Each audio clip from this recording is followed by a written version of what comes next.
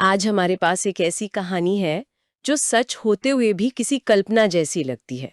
सोचिए, एक 11 साल का लड़का, वो अपना घर छोड़ता है और अगले 7 साल तक पूरे भारत में 12,000 किलोमीटर से ज्यादा की यात्रा करता है। वो भी नंगे पैर। हाँ, वो भी नंगे पैर। ये सिर्फ एक सफर नहीं था, ये साहस, आस्था और खुद की खोज की एक महागाथा थी। हमारे हाथ में जो स्रोत है उसका शीर्षक है नीलकंठ वर्णी की कहानी। आज हम इसी के पन्ने पलटेंगे और समझेंगे कि कैसे छपैया गांव का एक बालक घनश्याम पांडे नीलकंठ वर्णी बना और फिर आगे चलकर भगवान स्वामी नारायण के रूप में प्रतिष्ठित हुआ। चलिए इस हैरान कर देने वाली जिंदगी के सफर में उतरते हैं। और जो बात इस कहानी को सबसे ज्यादा दिलचस्प बनाती है वो ये है कि ये कोई दिशाहीन भटकन नहीं थी। इस यात्रा के पीछे गहरे दार्शनिक सवाल थे। ये एक ऐसे गुरु की तलाश थी जो उन सवालों के संतोषजनक जवाब दे सके। ये सफर असल में ज्ञान की एक अविश्वसनीय खोज थी जो शरीर की सीमाओं से कहीं आगे थी। तो कहानी की शुरुआत कहाँ से होती है? उस बालक घनश्याम पांडे से। बिल्कुल। तारीख थी 3 अप्रैल 1781 और जगह थी उत्तर प्रदेश का छपैया गांव। धर्मदेव और भक्ति माता के घर एक बच्चे का जन्म हुआ जिसका नाम रखा गया घनश्याम। हमारे स्रोत बताते हैं कि बचपन से ही उनकी बुद्धि असाधारण थी और दुनिया की चीजों में उनकी कोई खास रुचि नहीं थी। असाधारण बुद्धि का जिक्र तो कई महान लोगों के बचपन के लिए होता है। यहाँ इसका क्या मतलब है? क्या स्रोत में कोई ठोस उदाहरण है? हाँ, और यही बात इसे खास बनाती है। ये सिर्फ कहने की बात नहीं है। दस्तावेज में साफ लिखा है कि 11 साल की उम्र तक पहुंचते पहुंचते उन्होंने वेद, उपनिषद, ब्रह्मसूत्र जैसे कई जटिल ग्रंथ न सिर्फ पढ़ लिए थे बल्कि कंठस्थ कर लिए थे। कंठस्थ कर लिए थे? हाँ, और वो सिर्फ रट नहीं रहे थे, वो इन ग्रंथों पर काशी के विद्वानों से बहस करते थे। इसी छोटी उम्र में वो जीवन के उद्देश्य, ईश्वर के असली स्वरूप और शास्त्रों की सही व्याख्या को लेकर ऐसे गहरे सवाल करने लगे थे जो बड़े बड़े साधकों को भी उलझन में डाल देते थे। 11 साल की उम्र में वेदों पर बहस, ये सोचना भी मुश्किल है। और फिर इसी उम्र में एक बहुत बड़ा मोड़ आया जब उनके माता पिता का देहांत हो गया। हाँ, और यही वो पल था जिसने सब कुछ बदल दिया। आमतौर पर इस उम्र में कोई भी बच्चा परिवार और सुरक्षा के साए में रहना चाहेगा, लेकिन घनश्याम ने वैराग्य यानी सब कुछ त्याग कर संन्यास लेने का रास्ता चुना। ये कोई दुख या निराशा में लिया गया फैसला नहीं था। नहीं, स्रोत इस बात पर जोर देते हैं कि ये उनके अंदर जल रही ज्ञान की प्यास का नतीजा था। उन्हें लगा कि घर की सीमाएं उनके सवालों के जवाब नहीं दे सकती। तो 29 जुलाई 1792 को वो 11 साल का लड़का रात के अंधेरे में घर से निकल पड़ा। यहीं से वो घनश्याम पांडे से नीलकंठ वर्णी बन गया। सही कहा। उन्होंने अपना नाम बदला और यहीं से उनकी 7 साल लंबी तीर्थ यात्रा शुरू हुई। और ये कोई आम तीर्थ यात्रा नहीं थी। वो पहले हिमालय की ओर बढ़े, नेपाल के बर्फीले पहाड़ों में पहुंचे, फिर वहां से पूर्व की ओर मुड़कर बंगाल और असम के घने जंगलों से गुजरे। बाप रे! इसके बाद वो जगन्नाथपुरी गए और फिर दक्षिण भारत की यात्रा करते हुए रामेश्वरम तक पहुंचे और अंत में ये सफर गुजरात के लोज गांव में आकर थमा। 12,000 किलोमीटर बिना किसी नक्शे, बिना किसी सहारे के। इस यात्रा की कठोरता की सिर्फ कल्पना ही की जा सकती है। स्रोत में उनकी तपस्या के बारे में क्या बताया गया है? सिर्फ चलना ही तो सब कुछ नहीं रहा होगा। बिल्कुल नहीं। दस्तावेज में इस यात्रा के 3 साफ मकसद बताए गए हैं। अच्छा। पहला था कठोर तपस्या से खुद को साधना। वो अक्सर घने जंगलों में रहते जहां जंगली जानवरों का खतरा होता था। सिर्फ फल, कंदमूल और पानी पर गुजारा करते थे। कई कई दिनों तक निर्जला उपवास रखते और कड़ाके की ठंड में भी सिर्फ एक कौपीन मतलब एक लंगोट पहनकर ध्यान में लीन रहते थे। और बाकी 2 मकसद क्या थे? दूसरा मकसद था तीर्थ स्थानों को अपनी उपस्थिति और ऊर्जा से पवित्र करना। और तीसरा, जो सबसे अहम था, वो था एक सच्चे गुरु की तलाश। अच्छा। एक ऐसा गुरु जो उनके 5 मौलिक दार्शनिक प्रश्नों का सही उत्तर दे सके। उनकी पूरी यात्रा इन्हीं 5 सवालों के जवाब की खोज थी। ये दिलचस्प है कि उनकी पूरी यात्रा कुछ सवालों पर टिकी थी। आज के जमाने में लोग सुरक्षा या सफलता खोजते हैं, लेकिन वो जवाब खोज रहे थे। ये सवाल इतने जरूरी क्यों थे कि एक बच्चा उनके लिए सब कुछ छोड़ दे? बहुत अच्छा सवाल है। वो 5 प्रश्न थे। जीव क्या है? ईश्वर क्या है? माया का स्वरूप क्या है? ब्रह्म किसे कहते हैं? और पर ब्रह्म क्या है? ये सवाल वैष्णव वेदांत मतलब भक्ति केंद्रित हिंदू दर्शन के मूल तत्व हैं। अच्छा। और ये सिर्फ एकेडमिक सवाल नहीं थे। उस समय के कई दर्शनों में इन पर अलग अलग मत थे, जिससे आम इंसान उलझन में था। नीलकंठ वर्णी एक ऐसा स्पष्ट, एकीकृत जवाब चाहते थे जो हर किसी के जीवन को दिशा दे सके। मतलब वो इन सिद्धांतों को सिर्फ पढ़ना नहीं बल्कि अनुभव करना चाहते थे। बिल्कुल। तो 7 साल की इस अविश्वसनीय खोज का अंत हुआ गुजरात में। लेकिन क्या ये थोड़ा अजीब नहीं लगता कि 7 साल तक पूरे भारत में भटकने के बाद उन्हें जो पहले गुरु मिले उन्हीं के पास सारे जवाब थे? स्रोत में इस मुलाकात के बारे में और क्या जानकारी दी गई है जिससे ये इतनी निर्णायक लगी? ये वाकई एक असाधारण मोड़ था।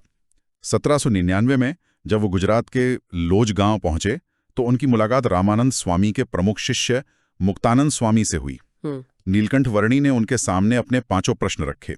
स्रोत बताते हैं कि मुक्तानंद स्वामी ने जिस तरह वेदांत के सिद्धांतों की व्याख्या की, उससे नीलकंठ वर्णी को तुरंत महसूस हो गया कि वो सही जगह पहुंच गए हैं। मतलब जवाबों में कुछ खास था? जवाब सिर्फ बौद्धिक या किताबी नहीं थे, उनमें अनुभव की गहराई थी। उनकी संतुष्टि का स्तर ऐसा था कि उन्होंने वहीं रुकने और रामानंद स्वामी से दीक्षा लेने का फैसला कर लिया। 7 साल की तलाश एक ही मुलाकात में पूरी हो गई। तो खोज पूरी हुई, लेकिन मुझे लगता है कि असली कहानी तो यहीं से शुरू हुई। गुरु मिल जाने के बाद नीलकंठ वर्णी का अगला कदम क्या था? बिल्कुल, यहां से एक नया अध्याय शुरू हुआ।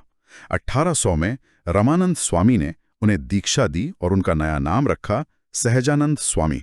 और फिर एक हैरान करने वाली घटना हुई।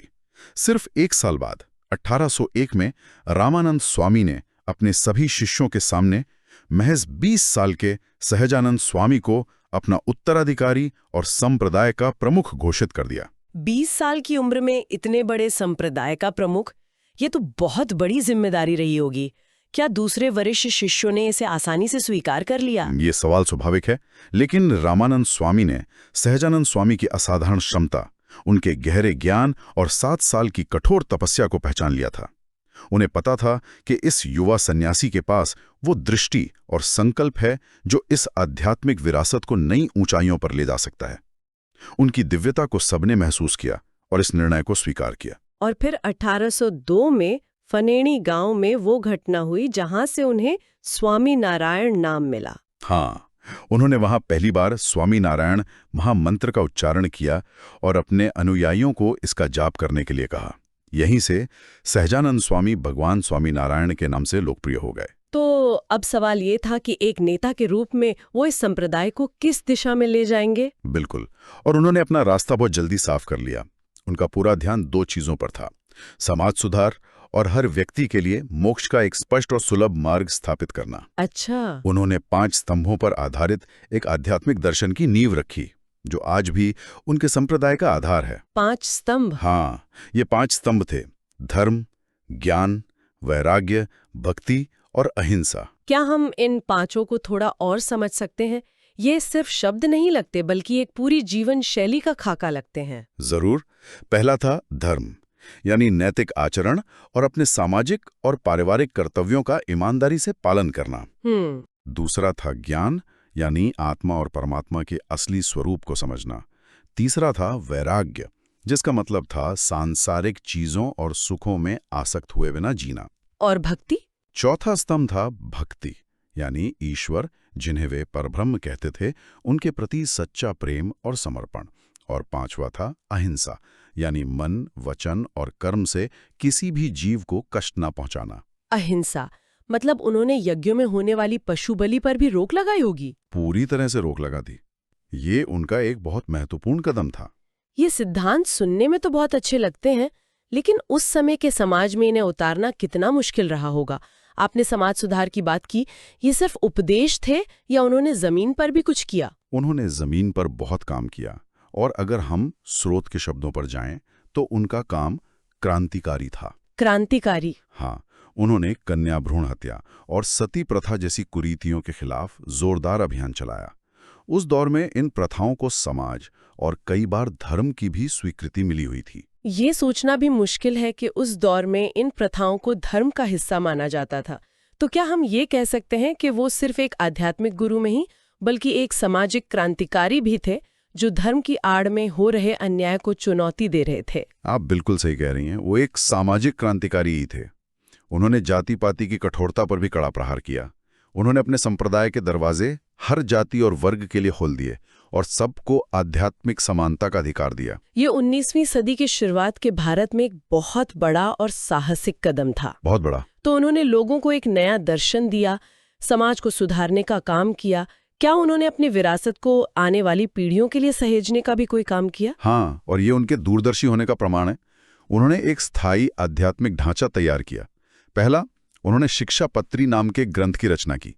इसमें 212 संस्कृत श्लोक हैं जो उनके अनुयायियों के लिए नैतिक, सामाजिक और आध्यात्मिक सिद्धांतों की एक आचार संहिता है। एक तरह से उनके दर्शन का सार। बिल्कुल, जो आज भी उनके लाखों अनुयायियों का मार्गदर्शन करती है। और दूसरा था भव्य मंदिरों का निर्माण। उन्होंने अपने जीवन काल में ही अहमदाबाद, भुज, वड़ताल, जेतलपुर, गड्डा और धुलेरा में 6 शानदार मंदिर बनवाए। 6 मंदिर? हाँ, और ये मंदिर सिर्फ पूजा पाठ की जगह नहीं थी। इन्हें कला, संस्कृति, शिक्षा और सामुदायिक गतिविधियों के केंद्र के रूप में बनाया गया था। उन्होंने वास्तुकला के जरिए भक्ति को एक ऐसा मूर्त रूप दिया जो आज भी लोगों को प्रेरित करता है। जब मैं इस पूरी कहानी को देखती हूँ, एक जिज्ञासु बच्चे से एक कठोर तपस्वी और फिर एक समाज सुधारक तक, तो मेरे मन में ये सवाल उठता है कि क्या ये बदलाव योजनाबद्ध था या उस 7 साल की यात्रा ने ही उन्हें इस मुकाम तक पहुंचाया? ये एक बहुत गहरा सवाल है। शायद दोनों ही बातें सच हैं। उनके भीतर जिज्ञासा और दिव्यता तो बचपन से ही थी, लेकिन उस 12,000 किलोमीटर की यात्रा ने उन्हें भारत की आत्मा से सीधे जोड़ दिया। उन्होंने देश के हर कोने में गरीबी, अंधविश्वास और सामाजिक कुरीतियों को अपनी आंखों से देखा। उस अनुभव ने ही उनके तप को करुणा में बदला और एक सन्यासी को समाज सुधारक बना दिया। तो आज हमने एक अविश्वसनीय परिवर्तन की कहानी की परतों को खोला। एक जिज्ञासु बालक घनश्याम जो ज्ञान की प्यास में घर छोड़ता है, एक तपस्वी नीलकंठ वर्णी जो पूरे भारत को नंगे पैर नाप देता है, और अंत में एक महान आध्यात्मिक नेता और समाज सुधारक भगवान स्वामीनारायण, जिनकी विरासत आज भी जिंदा है। स्रोत में दिया गया एक उदाहरण इस पूरी यात्रा का सार बहुत खूबसूरती से बताता है। आत्मा पहले से ही दिव्य है। हमारा काम निस्वार्थ कर्म, भक्ति, ज्ञान और ध्यान के माध्यम से उसे अनुभव करना है। ये उनकी पूरी शिक्षा और जीवन का निचोड़ है। उनका मानना था कि दिव्यता कहीं बाहर से नहीं लानी है, वो हर इंसान के अंदर मौजूद है, बस उसे पहचानने और जीने की जरूरत है। अंत में एक विचार के साथ छोड़ जाते हैं। स्रोत हमें बार बार बताते हैं कि नीलकंठ वर्णी की पूरी यात्रा अपने 5 सवालों के जवाब खोजने पर टिकी थी।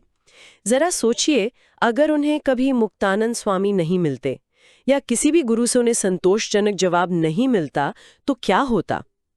क्या एक युवा साधक की अटूट लगन और 7 साल की कठोर तपस्या, भले ही उसे अपने दार्शनिक सवालों के जवाब ना मिलें, फिर भी अपने आसपास की दुनिया को बदलने की ताकत रखती है?